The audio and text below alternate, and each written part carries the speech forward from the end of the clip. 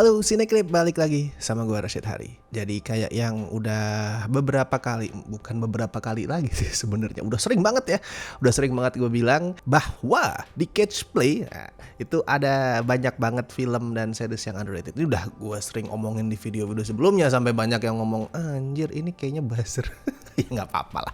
Alasan gue ngomongin itu ya simply karena kadang gue gatel aja kalau misalkan ada OTT atau ya apapun itulah sumber tontonan yang legal yang itu memuat banyak tontonan menarik, tontonan keren, mau itu film mau itu series, tapi orang tuh jarang yang tahu. Jadi akan tetap selalu sering gue omongkan ya sampai itu tidak jadi underrated lagi, karena emang banyak banget hidden game di sana. Termasuk series yang mau gue bahas kali ini. Yang ini tuh misalkan lu adalah seorang penyuka dark comedy gelap, dark jokes, atau lu suka cerita soal balas dendam, kemungkinan besar lu akan terhibur sama yang satu ini. Yaitu ada series yang berjudul Sweet Pea, yang merupakan adaptasi dari novel berjudul sama ya, bikinannya CJ Scuse atau Scuse. Sorry, tolong dikoreksi ya pronunciation gue. Tapi tulisannya CJ Scuse gitu. Nah, di sini bintang utamanya adalah Ella Purnell yang sejak tahun lalu itu lagi naik karirnya, lagi makin populer karena dua series sebenarnya sih. Yang pertama adalah Fallout yang adaptasi game itu, dan yang kedua adalah Sweet Pea ini. Jadi kayak karirnya tuh mulai menanjak. Gue aja meskipun nggak ngikutin semua film dan series dia tuh mulai sering nemu tuh video-videonya dia Ella Purnell di YouTube Shorts, di IG, di Explore. Itu mulai makin sering, itu kayak menandakan wah ini orang semakin populer nih kayaknya. Dan di sini si Ella Purnell itu meranin karakter yang namanya adalah Rhiannon. Dia ini cewek yang punya satu masalah besar di hidupnya. Dia itu invisible. Seolah semua orang di sekitar Rhiannon itu nggak nganggep dia ada. Dan sekalinya dia dianggap ada, Rhiannon itu malah cenderung dianggap remeh. Jadi opsinya dia tuh ada dua. Yang satu kadang dia nggak dianggap ada sama orang.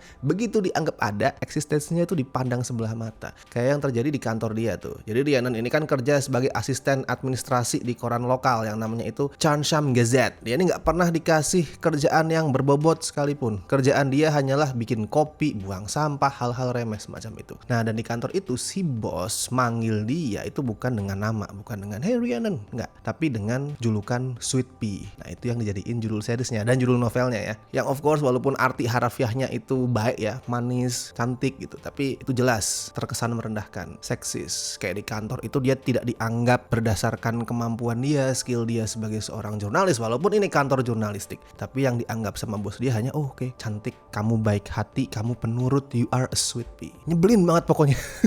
Nyebelin banget lah ngelihat gimana orang-orang di sekitar Rhiannon itu memperlakukan dia. Sangat nyebelin. Nah, tapi walaupun nyebelin ya, dan banyak banget momen yang bikin gue tuh bikin gue sambit ini TV, tapi Sweet Pea ini dikemas pakai gaya dark comedy yang simpelnya mungkin adalah British banget lah. Kalau lu sering nonton film series British, lu pasti akan paham cara-cara orang sana, orang British untuk ngelempar dark jokes itu seperti apa. Nah, intinya kayak tadi gue bilang, kalau misalkan lu suka dark jokes, terutama tipe-tipe dark jokes khas British dan dengan sedikit bumbu-bumbu sarkasme British juga ya, lu akan menganggap Sweet Pea ini menghibur. Nyebelin, yes, tapi juga fun. Dan gue tuh paling suka ya, walaupun gue emosi banget kalau misalkan ngelihat gimana Rhiannon itu diperlakuin di kantornya. Gue emosi banget. Tapi gue paling suka di saat seriesnya itu ngambil setting di kantor dia. Itu estetikanya gue paling suka. Directingnya, terus stagingnya, atau istilahnya tuh miss and scene biar kelihatan kayak cinephile ya.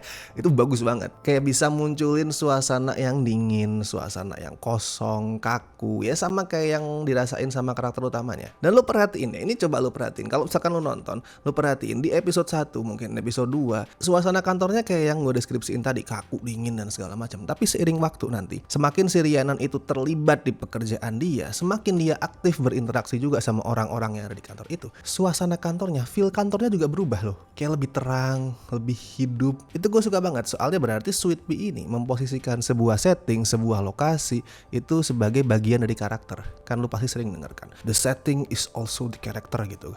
Kalau di review-review luar, nah kantornya Rhiannon itu juga seolah-olah adalah karakter. Dan sebenarnya ada alasan kenapa Mbak Rhiannon ini tumbuh jadi orang yang socially awkward, yang canggung. Itu semua karena pas sekolah dia jadi korban bully dari cewek populer yang namanya adalah Julia Blenkinsop. Lu kalau nonton ya, lu akan langsung nancep banget nama itu, Julia Blenkinsop. Karena berkali-kali Rhiannon tuh ngomongin nama itu di kepala dia. Gue benci Julia Blenkinsop.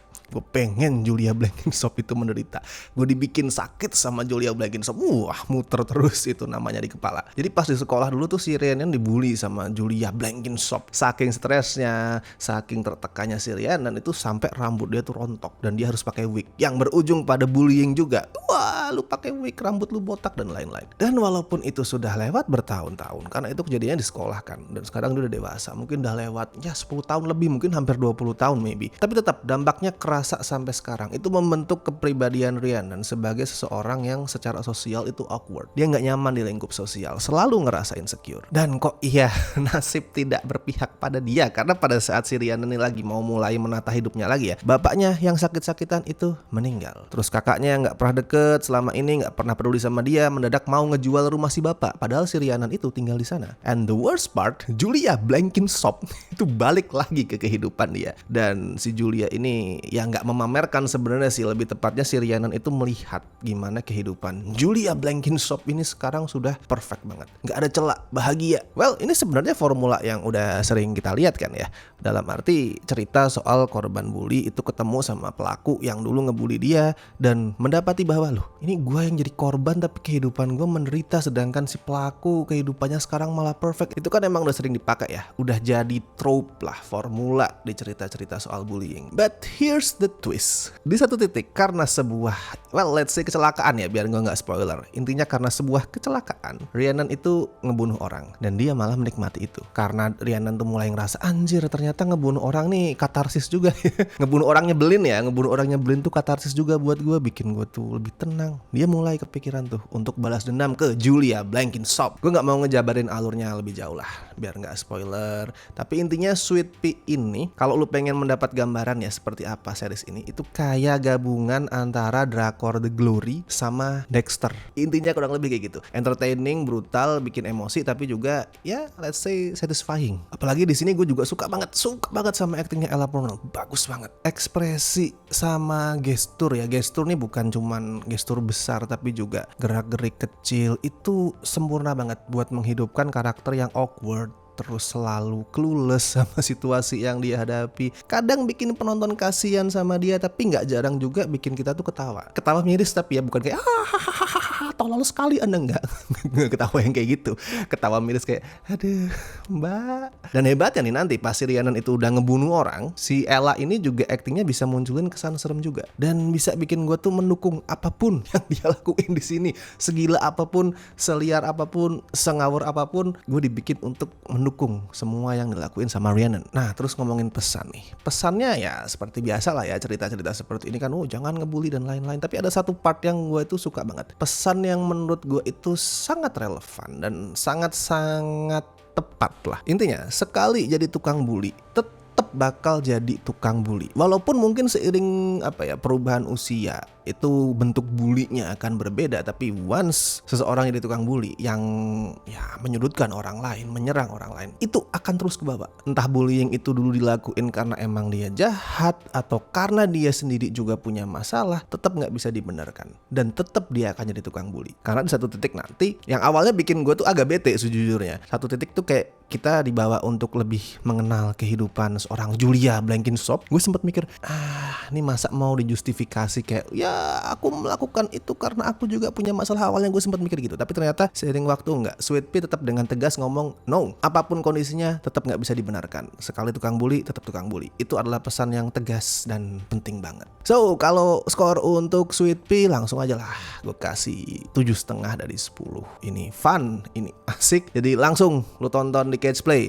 Ini pendek kok, pendek banget. Total itu cuman ada 6 episode dan per episodenya cuman sekitar 40 menit dan bukan 45, 46, 48 ya. 41, 42 terus dikurangin kredit ya paling 40-an, 39 menit lah. Cepet banget. Gue kelar sehari nonton ini. Jadi silakan dicek di Catch Play. Mungkin juga setelah nonton Sweet Pea lu akan menemukan banyak hidden game lain di sana, film, series apapun itu. Jadi silakan dicek. Buat yang demen cerita balas dendam, buat yang suka dark comedy, buat yang suka The Glory atau Dexter or both, lu akan mendapatkan pengalaman menonton yang menyenangkan, intinya seperti itu. Oke, dan buat yang udah nonton mungkin beberapa dari kalian gue yakin pasti ada lah, walaupun mungkin gak banyak yang udah nonton ini. Silakan tulisin review kalian di kolom komentar, kesan pesan seperti apa yang kalian ingin sampaikan, silakan bebas. Dan seperti biasa ya, gue tidak bosan-bosan mengingatkan untuk teman-teman yang ingin join membership Cinecrip, bisa silakan join, bisa silakan dicek tiap tier itu benefitnya apa aja, ada keterangannya di home Cinecrip. And thank you so much buat teman-teman yang masih setia join sampai hari ini, terutama beliau-beliau berikut ini ya, dari tier Besti, La Familia. Thank you so much. Oke, kalau gitu gue Rashid Hari, sampai ketemu di review-review berikutnya.